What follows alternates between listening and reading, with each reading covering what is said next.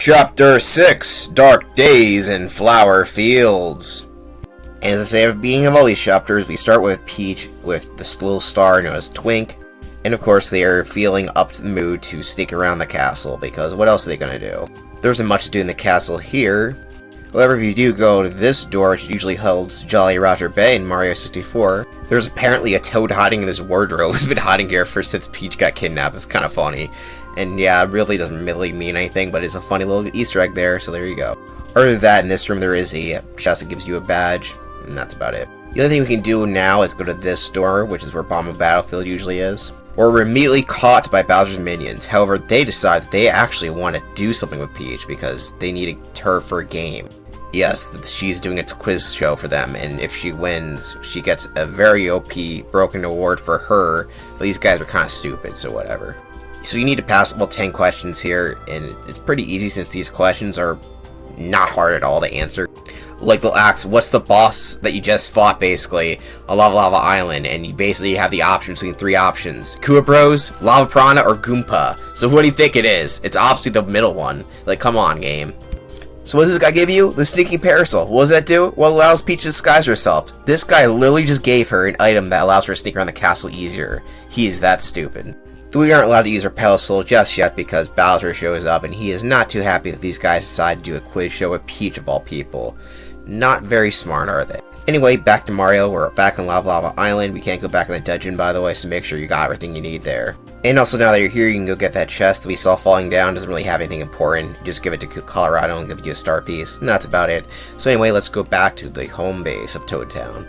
And when we do so, we see, someone's trying to follow us, but we're already ahead of him, so we're just going to sail away from this guy. Yes, he apparently can swim all the way across from the ocean just to catch Mario. Funny. But apparently he's fast enough to catch up with the whale because he's immediately there once we land. But don't worry, this boss fight's super easy because he's been swimming so much that his health is in half. They literally do that, that's great. I love this game. Though he has this trick up his sleeve, he uses both the pointy head as well as the wings, so you have to do certain moves on him. But we have enough badges where it's not much of an issue, especially since his HP is in half, so he kind of sucks.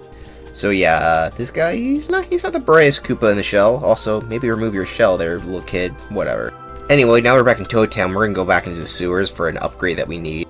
In this area, which we needed to swim before, we can now with Sushi, but beware, as soon as you drop off, you need to make sure your Sushi's upgraded because the blooper is gonna attack. This isn't just any blooper, this is a super blooper. So this thing has an insane amount of HP, so it's going to take a while to actually drain it since, 70 HP is quite a lot, especially for a little mini-boss here. And this little bastard likes to spawn in little baby bloopers all around him that will attack you, so he has triple the attack, and it's annoying. So yeah, this mini-boss is actually more difficult than some of the other bosses in the game, because, even though it's not even supposed to be. I always find that really funny. Just make sure you have enough healing items and defensive equipment so you can deal with this boss, because you're going to be here for a while. Taking away 70 HP is not easy. So anyway, I forgot, oh wait, this area only has an item that we can get with our next partner, so we better run away from here. But trust me, we'll need to go back to that sewer soon, so it's going to be opening that up.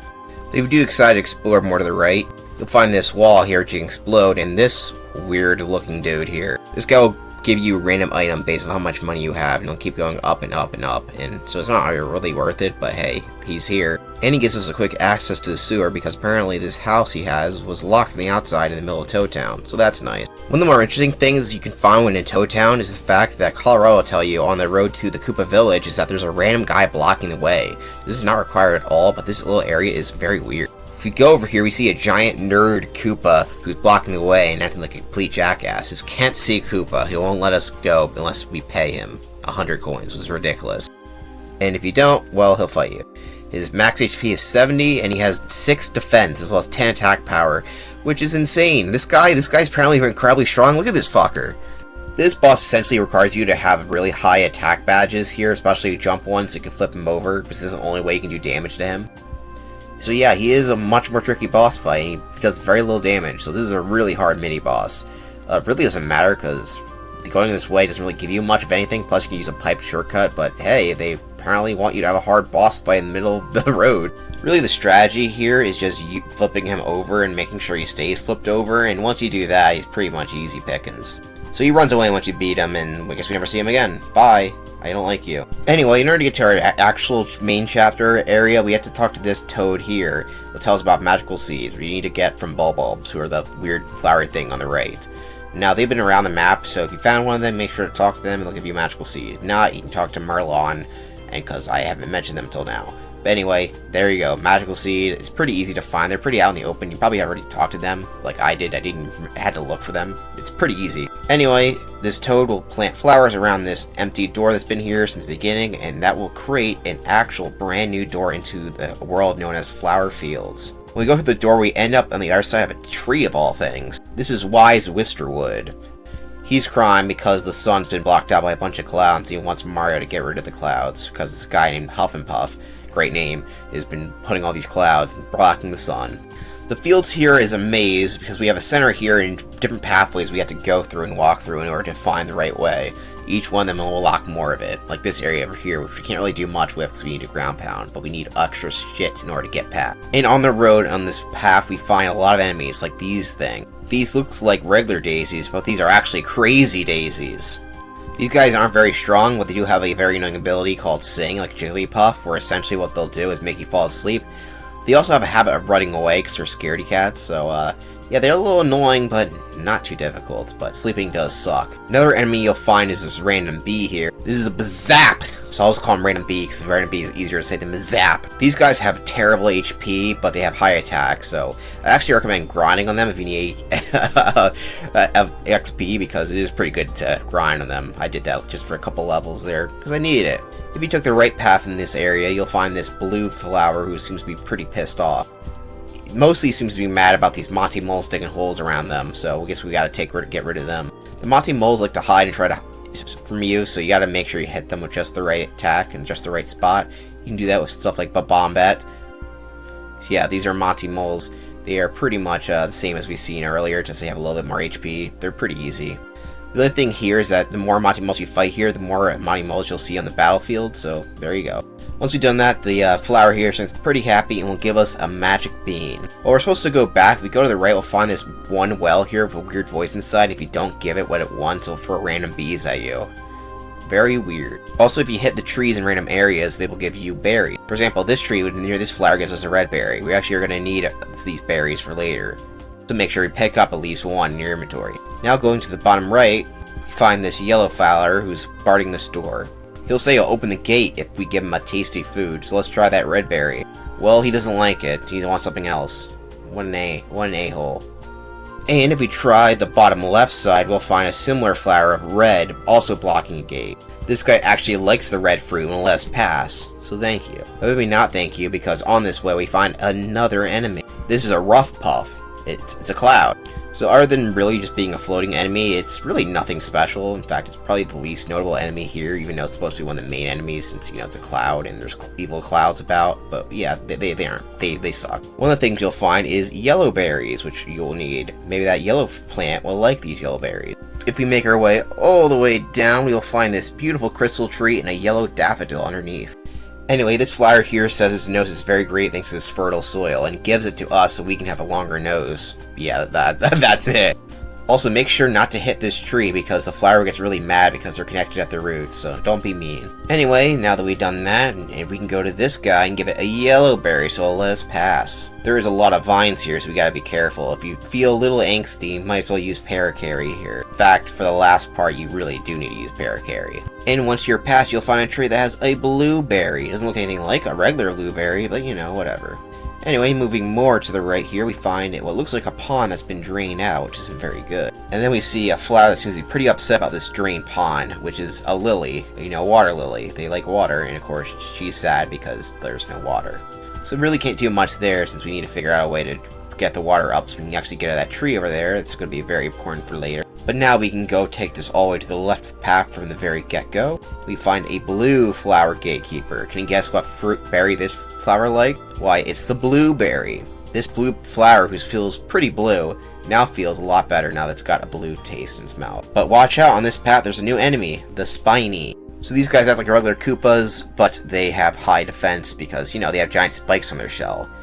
You can flip them over using your badges that allows you to jump on spiked enemies, which is a very useful badge to have, so make sure you have that, because these guys go down pretty easily because of that. And we go down further down this path and we find a green maze with Lakitus flying above it. Apparently these guys have lost a stone in the maze, but they're too lazy to find it. Well, not too lazy. They had to see Mario and decide they gotta fight him. This is obviously a Lakitu. If you don't think about Mario, you already know what a Lakitu is. They are, basic Lakitu stuff. Their main thing is throwing Spinies at you, and they can throw more Spinies at you or on the ground as an army. So we might as well get rid of them so you don't have to deal with more enemies. Like I said, enemies that spawn enemies are annoying enemies. Anyway, this hedge maze isn't very hard, though you can't really see where you are, but that doesn't really matter. There are pipes that take you to different parts of the maze, but really it should take you like a minute to figure it out. There's really not much going on here. And eventually you'll make your way out and finally all the way to the left side of the path, where we find this lovely rose. So this flower actually caught the gem that the Lakitus were, and Mario wants it. We need this stone to help the Lily, but she's like, I'm more pretty than Lily, so you gotta prove that I'm prettier. What a bitch. Anyway, in order to find something more prettier than the stone, you have to go back to this crystal tree and access Daffodil. So she shakes the root violently, which is pretty funny. And we find a crystal berry, which we gotta give to her. Anyway, now we can trade the crystal berry for this gem so we can get the water back for the Lily. Anyway, we put the stone, which is a water stone by the way, into the center of this area, and of course, putting water stones in the middle of a center gives us water. That's just how things work in the Mushroom Kingdom, or the Flower Fields, I guess. And this will create water everywhere, well, in this area at least. Lily is so happy to be back in water that, of course, she will give us an item, which is Miracle Water, which is in a pail. Lovely. Anyway, now that the water's back here, we can use Sushi to fly around this area. Why did I say fly? Swim. I'm gonna keep that in. And over here is a tree that gives us bubble berries.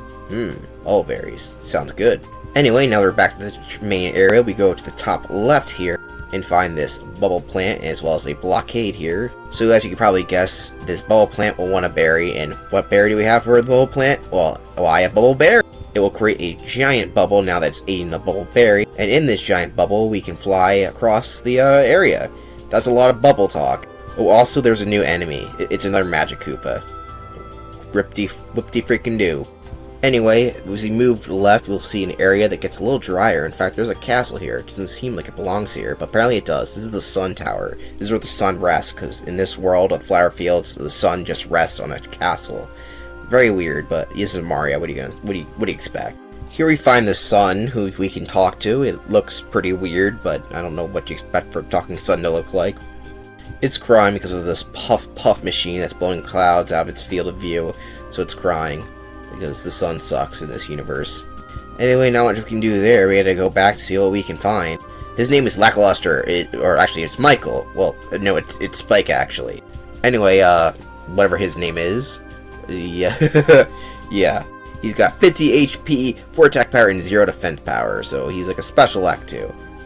Though really he's nothing more than a beefed up Lakitu, which we've already been fighting, except he doesn't bring out actual Spinies on the field, he just throws them at us.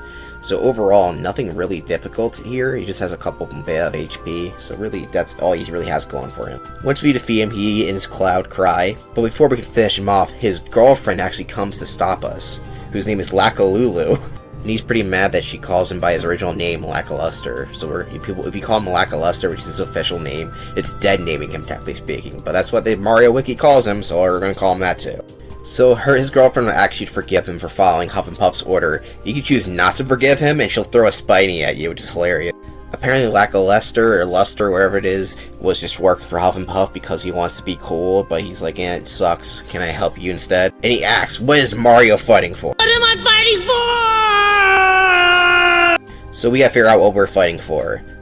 We'll Zack swap. Anyway, no matter what you say, he will join us because he just wants to not be a Huff and Puff, I guess, and try to prove that he's really cool. Anyway, Lackluster has joined our party. He is the final member of the Mario Paper Mario. His overall ability is pretty unique.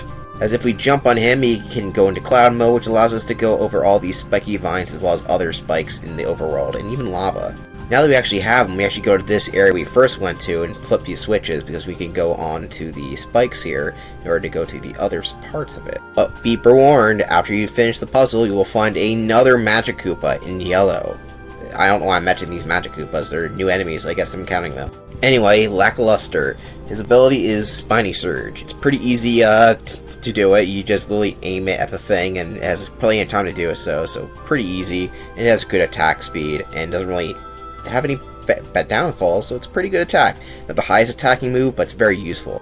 He also has a lot of good abilities, like able to hit multiple enemies at once with pretty easy maneuvers. He even gets an upgrade that allows him to protect Mario. So these are all pretty good partners, especially one to have at the end of the game.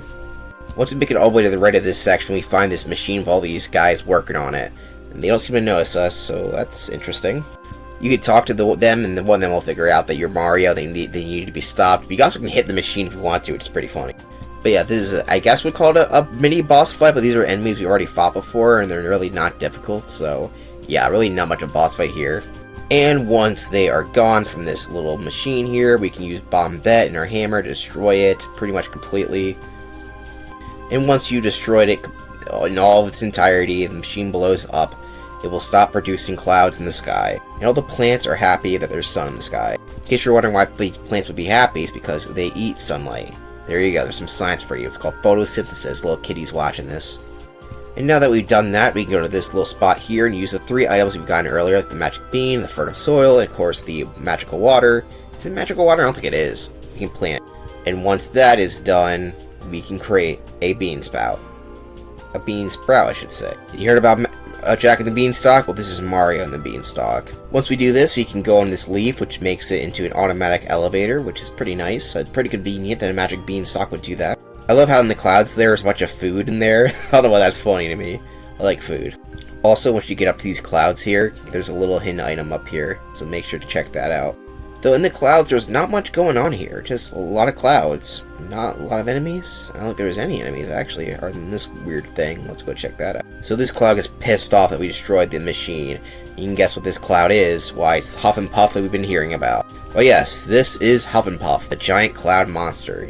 He has a lot of HP and not that much attack. Overall, this guy doesn't have that much going on for him. Well, he doesn't think so, because every time you hit him, it creates clouds. Yes, his main gimmick is that every time you hit him, he creates little cloud monsters there that surround him that will attack you. So keep that in mind. And not only that, he can suck these guys back up into him to heal himself. One of the main things you want to do with this boss fight in particular is by using multi-attack moves like the Star Storm here, getting rid of those cloud guys who have very low HP so he doesn't heal himself. Later on, the fight will charge himself with electricity to try to stop you, but if we have badges and items, it doesn't really mean much. It doesn't mean much to me. This is where our man Lackluster comes into play, since his multi-attack move is pretty useful against all these clouds. One of the neat things about this fight is that the longer it goes on, the smaller and smaller Huff and Puff gets, which is pretty funny, because you're hitting clouds out of him, and you keep losing clouds. Pretty funny. But eventually he goes down, he cries like a little wimp, and then he explodes. And of course, inside his cloud body was, in fact, another Star Spirit. You know what that means.